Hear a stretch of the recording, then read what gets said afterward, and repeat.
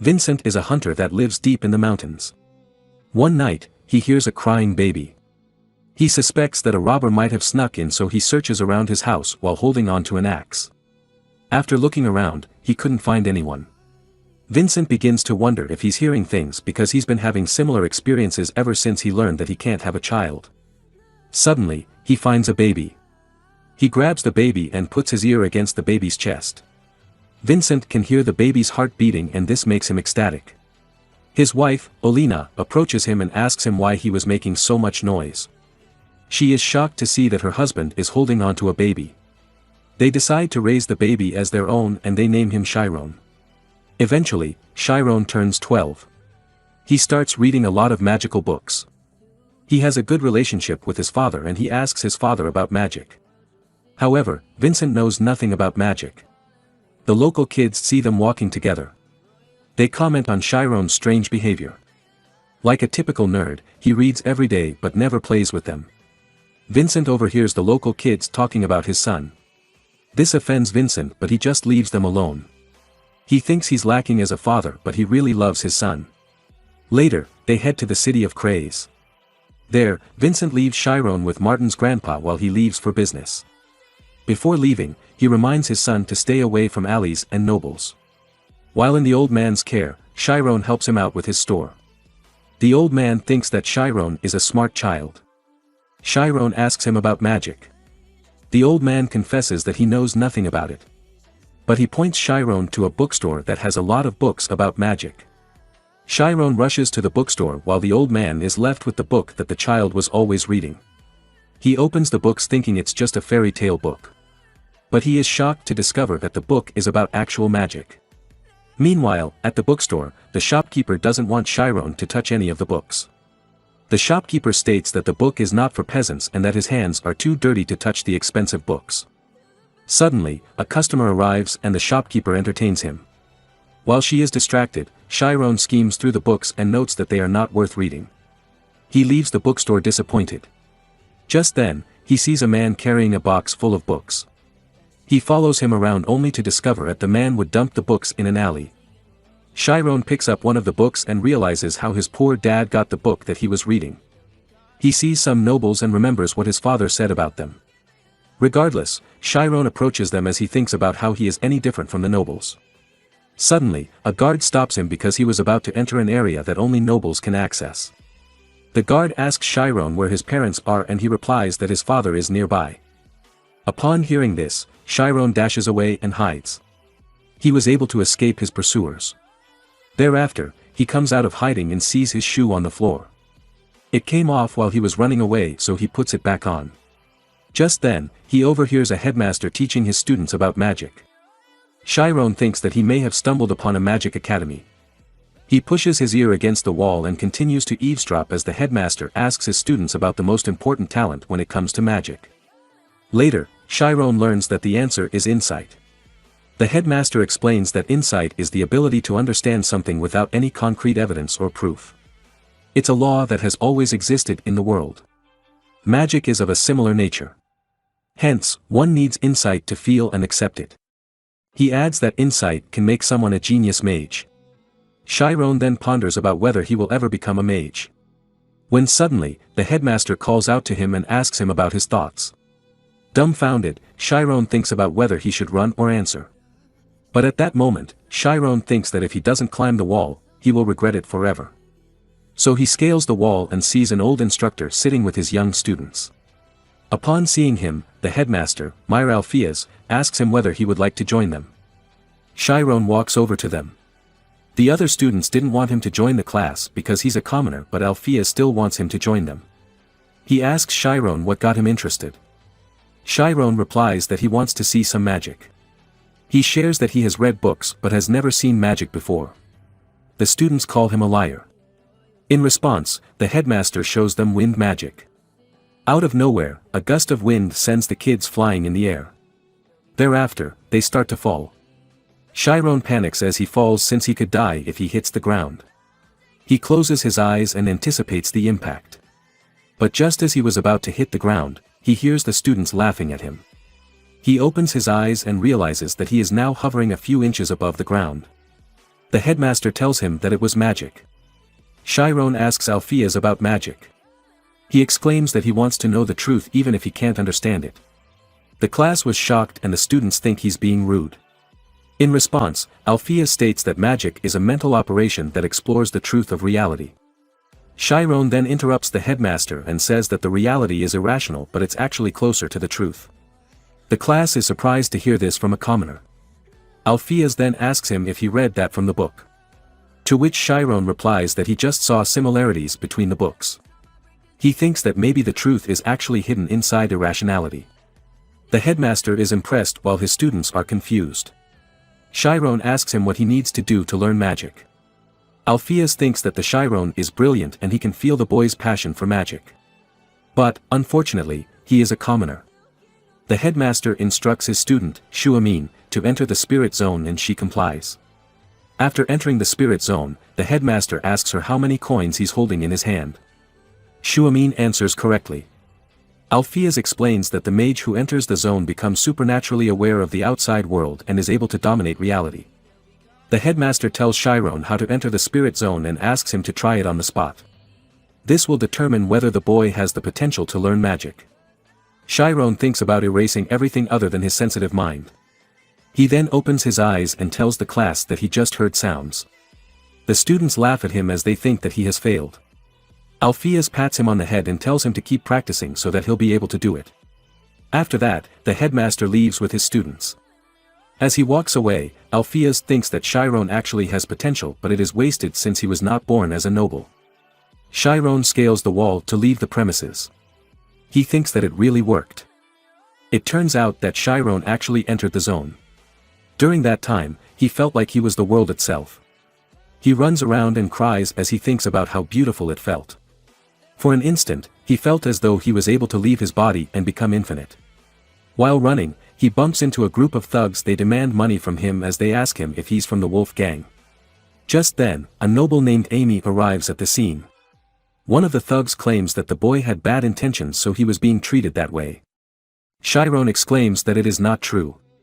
Upon hearing that, a thug kicks Chiron and he falls on his knees.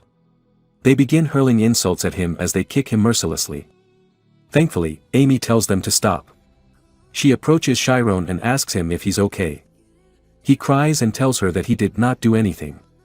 Upon hearing that, Amy asks the thugs if they can think of anything more fun to do. They come up with suggestions but Amy decides to check if he's fit to become a slave. The thugs then tell him to remove his clothes. Suddenly, he starts seeing a different world. He remembers how Alpheus used a spell to create wind. Amy notices that something is off so he tells the goons to stop. Thereafter, Chiron summons a powerful gust of wind that sends his attackers flying. They later fall on the ground from a considerable height thereby causing injuries. Enraged, Amy approaches Chiron and asks him where he learned magic when suddenly, some people arrive at the scene. She jumps away. The people see the thugs that were knocked out and Chiron runs away. Meanwhile, in the house of Karmas, Amy arrives home and her father, Shikora, asks her if she skipped class again. Amy just replies that she has already learned everything. After that, she tells her father to introduce her to someone who works in a magic academy. We then see Vincent and Alina in their house. They are looking for Chiron who went outside to chop wood. Vincent starts searching for his son. He remembers when he almost lost Chiron in the city of Craze. Vincent has no idea what happened that day. Later, we see Chiron holding onto an axe. He thinks about the wind magic he used against the thugs. Chiron was never able to use that magic again. However, he now has the ability to enter the spirit zone. He enters the spirit zone and sees something glowing on the tree. He swings his axe towards it and the tree falls down in one strike. Chiron calls it magic. Nearby, we see Vincent hiding from his son. He saw what happened and he couldn't believe his eyes. This is the first time Chiron was able to make a tree fall with one strike. He then proceeds to cut the tree with a handsaw. After that, Chiron keeps on repeating the process hoping to learn more about magic. 3 years later, we see Chiron in the woods. He has mastered the skill. He feels like he has already become one with nature. Chiron heads back home and sees a royal carriage. He enters his house and sees his parents sitting with an assistant butler from the house of Ogent. His name is Temurin and he greets Chiron. Chiron introduces himself to Temurin and the butler replies that he came for Chiron. Temurin takes a close look at Chiron's face and asks him if he can read. Chiron replies that he can. Thereafter, Temurin asks him if he is willing to work for the House of Ogent. He is going to be sorting books in the house's great library for 2 years. This excites Chiron as he knows that the House of Ogent has books about magic. However, Temurin warns that Chiron's family will be hunted down if a book is leaked. Temurin adds that he will give their family a lot of money because their lives are on the line. Vincent exclaims that they didn't listen to the demands because of the money. He just wants Chiron to accomplish his dreams by reading books. Temurin then asks Vincent if he's been lying to his son. In a flashback, we see a 6-year-old Chiron reading books. Vincent thought that the boy is clever and that maybe he has the blood of a noble. He regrets not being able to send Chiron to school. Vincent trained Chiron how to work in the mountains. But when he saw his son working, he felt devastated because he has raised the boy as a woodsman's son. So he begged nobles to let his son work for them while letting him read books. Back to the present, Vincent was offended by Temurin's question. He shouts at Temurin to leave his house. Temurin is about to leave but Chiron tells his father that he's going to accept the job. The butler tells him that he will return to pick him up in a week and that once he enters the manor, he can't leave until it's over. Chiron then thanks his father for giving him such a big gift. His father cries and he tells his son to return to him safely. 1 week later, Vincent signs a piece of paper and Chiron boards the royal carriage. Chiron starts to question whether he will survive for 2 years. While on their way, someone in the carriage explains the Ogent family's background to Chiron. They arrive at their destination and Chiron's jaw drops as he sees the great walkway. After alighting from the carriage, Chiron's companions warn him to watch his words. They take him to the place where he'll be staying. There, he sees Temurin and together they head to the great library. Temurin explains that Chiron's task is to organize the books in the new library. He adds that Chiron can't go outside or enter the manor without special permission. After that, Temurin proceeds to teach Chiron the butler rules. The next day, Chiron starts working. While organizing, he learns that all knowledge is connected and history is the backbone that connects it all. He secretly reads history books during his free time. Later, Temurin approaches him and tells him to take good care of his uniform and fix his hair. That evening, Chiron falls asleep while reading a history book. Temurin takes the book he was reading as he thinks about how naive Chiron is. He thinks that Chiron dreams big but he will never be successful. After 3 months, Chiron is already used to his job. He learns that nobles don't really care if the books get leaked and that commoners risk their lives for things that nobles won't even remember. Regardless, he thinks it would be best to live a quiet life. Suddenly, a man charges into the library. It's Rian Ogent, the youngest son of the Lord. He hides behind Chiron's desk and tells Chiron to keep him hidden. Thereafter, Rian's swordsman instructor arrives. He asks Chiron where Rian is hiding. Chiron points out Rian's location and the instructor drags him outside. Rian gets mad at Chiron. A few days later, we see Chiron reading books again. He has completed 82 books in 4 months. As he reads, he begins to question whether reading history books is the right choice. He realizes that scholars and mages are the same but the scholars cannot enter the spirit zone. Suddenly, Rian enters the library and shouts at him. He shares the struggles he went through after his instructor took him away. Rian states that revenge was the only thing that kept him going. He berates Chiron and grabs him by the vest. Rian is surprised to see that Chiron is still calm.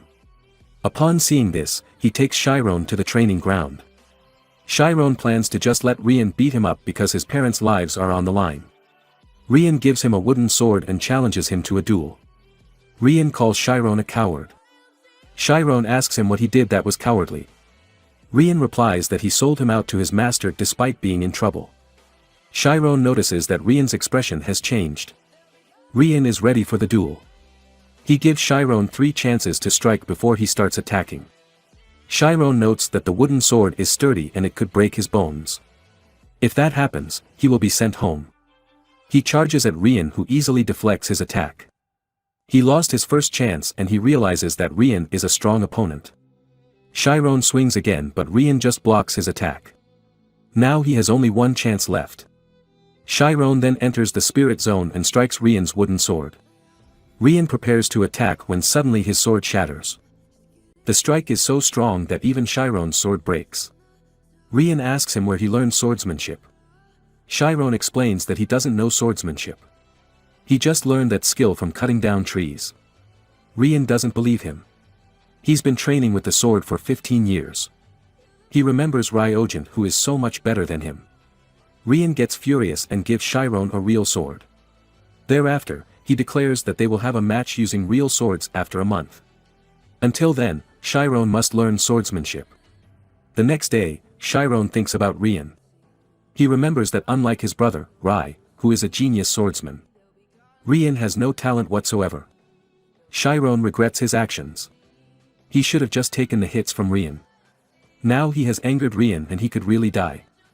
Thinking that there's no other way around it, Chiron reads books about swordsmanship. Meanwhile, Rian continues to train under his master. He is training harder than ever. Chiron later learns that a swordsman has a schema which is the exact opposite of the spirit zone. It involves complete mastery over every cell in the body. He thinks about trying it out, but he realizes that it would be inefficient to focus on a skill that is the opposite of spirit zone. So Chiron decides to use spirit zone instead while studying swordsmanship. We see Rian once again. He fiercely attacks the dummy while his master orders him to stop. He expresses his frustration about not being able to use schema. But his master grabs his weapon and tells him to call it a day. Rian sits down with his master. The master tells his student that he has no talent, but he thinks that Rian is good at doing something, and that is hard work. The master adds that hard work is the mortal enemy of geniuses. This motivates Rian to work even harder, and he is determined to defeat Chiron. Chiron trains with an imaginary opponent. He learns how to block and attack in 8 different directions. After a while, Chiron gets exhausted and he realizes that the realm of the sword is as infinite as magic. He heads to the duel thinking that he might not make it out of there alive. The duel begins and Rian notices that Chiron's aura is different this time. He remembers their first encounter thinking that Chiron may have defeated him without any prior training. Rian thinks that Chiron could be a genius like Rai, so he really wants to defeat him. He charges at Chiron, who just stands there staring at his blade. Rian is impressed by his courage. It seems like he doesn't fear death. Chiron struggles as he blocks Rian's first attack. Rian immediately follows up with a flurry of attacks. Chiron can't keep up with his movements, and he gets hit on the chest. He panics as he thinks that he is going to die. Chiron falls back, but Rian catches up to him. It is then revealed that Rian's style, the Ojin swordsmanship, is intended for big swords, so Chiron can't withstand his attacks. Rian strikes from the side with all his might and Chiron blocks it. Chiron finds it weird since Rian could have defeated him if he slashed upwards instead. He concludes that Rian has good skills but he lacks insight. So he adjusts his fighting style. Chiron clashes swords with Rian and launches a counterattack. Rian couldn't believe his eyes. He thought that Chiron was a goner. Chiron pushes him back with basic slashes. He struggles as Chiron focuses on maintaining the rhythm. At that moment, Rian remembers his brother Rai, who defeated him in a duel. After his defeat, he looked at Rai, but his brother just smiled as he looked down on him.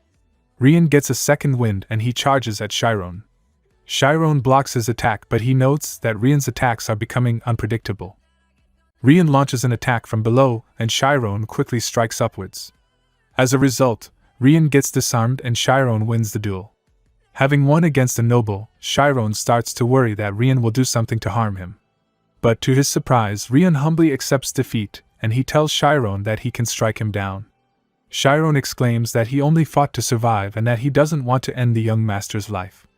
They start arguing about who caused the mess. Chiron tells him that he felt very pressured going against the son of the family head. Apparently, Rian thought that challenging him to a duel was cool. Chiron sits on the floor and Rian finds the situation strange. He thought that Chiron was just like his brother Rai, who would laugh at him every time he loses. Rian finds Chiron interesting, so he asks for his name. Chiron introduces himself, and Rian responds with his full name. After that, Rian helps him up, wanting to become friends. Time passes and we see Chiron back in the library. Temurin compliments him on his performance. He has completed many history books and he is satisfied with his progress. Chiron looks back at his duel with Rian, thinking about how it made his spirit zone better. More importantly, Rian is his friend now. He learns that Rian is actually a good person, but he has his issues. Rian goes to the library to study, but he's too bored to even get started, so Chiron pushes him to study. He knows that Rian is not a lazy guy, but he really needs a trigger to get him started with something. Rian asks Chiron about his plan to become a mage by reading many books. Chiron tells him that he didn't get a chance to study before, so he still has a long way to go. He starts reading in front of Rian, and he impresses the young master with his reading speed. Rian reads the introduction of the book. The book questions the reader about who would win between a mage and a swordsman. But Rian gives up after reading the introduction, so Chiron starts reading the book wanting to know the answer. Out of nowhere, Rai arrives and tells them the swordsman would win. Rai grabs the book, and the two get nervous thinking he may have overheard their discussion. It is then revealed that butlers can't have normal conversations with nobles. Rian asks his brother why the swordsman would win. Rai tells him that they can find the answer by looking at the location of the swordsman and mage on the land. Rian questions why the location would even matter. But Rai ignores him and calls out to Chiron wanting to know his answer. Chiron responds that the mage would win if the swordsman steps into his range, but the swordsman can win if he attacks the mage before the mage can cast a spell. However, Rai rejects his answer, stating that the mage will always lose. After that, he asks Chiron about the 5 godly generals' armor, an anti-magic artifact that disrupts the spirit zone. He goes on to explain that without the spirit zone, a mage can't use magic, so he will be totally defenseless. However, the equipment is extremely expensive. Rai adds that the problem is that a mage came up with anti-magic, and the mage did it for profit. So Rai concludes that mages are pathetic because they sell their own weaknesses for money. Surprisingly, Chiron tells him that mages are like that. He explains to Rai that anti-magic has some beneficial uses and it isn't really that bad. Rai gets stunned and Rian starts laughing at him. After that, Rai walks out insisting that a mage still can't win against a swordsman. Rian is happy about what Chiron did, so he compliments him and tells him that he is the best. 6 months later, we see Temurin signing a status report. They are about to send Chiron away, thinking it is a shame because he is very useful. Meanwhile, Chiron finishes reading his last book. Rian goes over to him and congratulates him. Chiron requests to see Rian's house before leaving. Rian gets surprised because Chiron has been hiding their friendship for a year. But Chiron tells him that he wants to see how Rian is living before he leaves. Rian accepts his request, and they head over to his house while the other family members are out. They go to Rian's room and it has a lot of training equipment. While there, they play card games and Rian keeps on losing. He accuses Chiron of cheating with the spirit zone, but Chiron denies it. Chiron explains that he is just being observant so he can tell Rian's intentions. He looks around and sees a novel. Chiron asks Rian if he can read it, but Rian falls asleep. Suddenly, he hears the sound of a piano. He knows that Rian's older sister, Reina Ogent, is the only pianist in the house. Chiron heads there, and he gets caught by Reina. He remembers that Rian warned him about Reina's personality, so he's very careful around her. She asks him if he can play the piano, but he tells her that he can't. After hearing this, she asks Chiron to sit beside her so that she can teach him how to play the piano. Chiron reluctantly obeys. She teaches him how to play the piano, and he tries playing it. Reina notes that he is playing the piece wrong, but it sounds similar to what she taught him. Chiron uses the spirit zone while playing. Slowly, the sound is getting more and more accurate. She is impressed by his performance. Suddenly, Rian shouts at them, complaining about the noise. He is surprised to see Chiron with his sister. Rian casually tells Reina that Chiron is his friend. Chiron acts dumb, but Rian assures him that his sister won't do anything to harm him. Apparently, Reina doesn't care if he's a commoner. Chiron tells Rian that his sister is actually a good and kind person. But he warns Chiron that Reina will devour him. Reina thinks Chiron is cute and Rian teases him. Suddenly, Reina grabs Rian by the collar and starts hurting him. Chiron is confused. After that, Rian asks his sister why she's home. His sister tells him that Rai is going to be taking the swordsman qualification exam and she's there to fetch him. The official qualification certificate is recognized by the whole continent. The exam only takes place once a year and, although over 1,000 people attend, only around 30 people would get the official certification. On the other hand, unofficial qualification certifications are given to graduates of special organizations.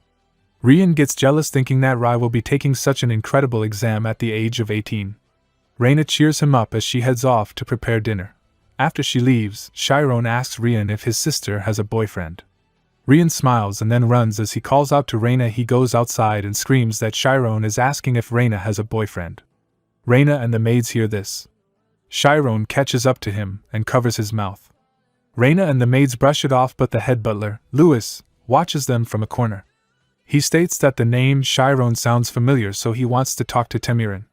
Later, we see Rian training with his master. During a break, his master notices that Rian is motivated, but the problem is schema. At that moment, someone runs to him telling him that Chiron is in danger because Louis gave a report to the family patriarch, Bishop Ogent, and it is related to Rian. So he immediately sets off to talk to his father. But his master doesn't allow him to leave. Meanwhile, Chiron kneels before Bishop and he gets sentenced to death.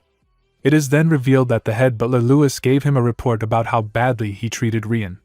Chiron asks him what would happen to Rian if they are friends.